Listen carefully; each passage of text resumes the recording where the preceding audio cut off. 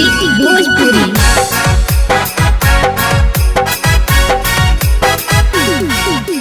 नया डिजाइन के जींस बनल छै पिनवा की नाम छोटकी साली हे छोटकी साली हे चल घुरैले भागलपुर बाजार छोटकी साली हे चल घुरैले भागलपुर बाजार।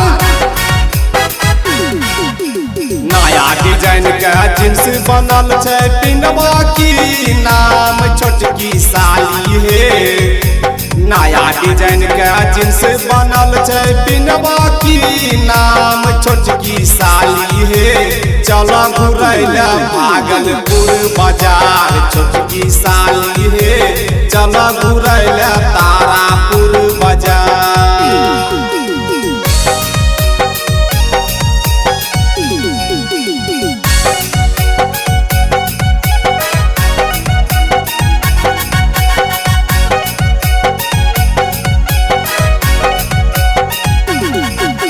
उठलो 7 बजे साली भोरे उठलो 7 बजे साली हाथों में ले लो किताब अहे हाथों में ले लो किताब पढ़ी के मकान बनलिए मकान किनबे पार छोटकी साली हे चलो घुरैले बांका केरो बाजार छोटकी साली हे चलो घुरैले बांका केरो बाजार। Presented by Ankush Music Bhojpuri।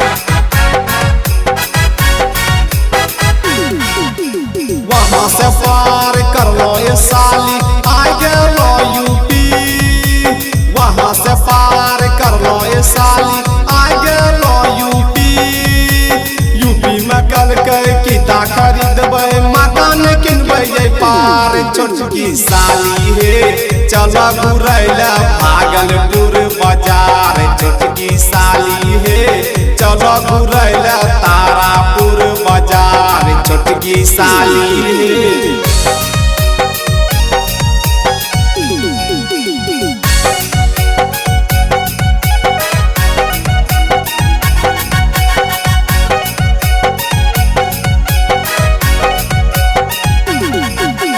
तोरा घुमैबो तुमका ये साली तोरा घुमैबो तुमका ये साली झुमका किनी है पार छोटकी साली हे चल घुरैले लालन संग बाजार छोटकी साली हे चल घुरैले लालन संग बाजार छोटकी साली हे चल घुरैले सगरा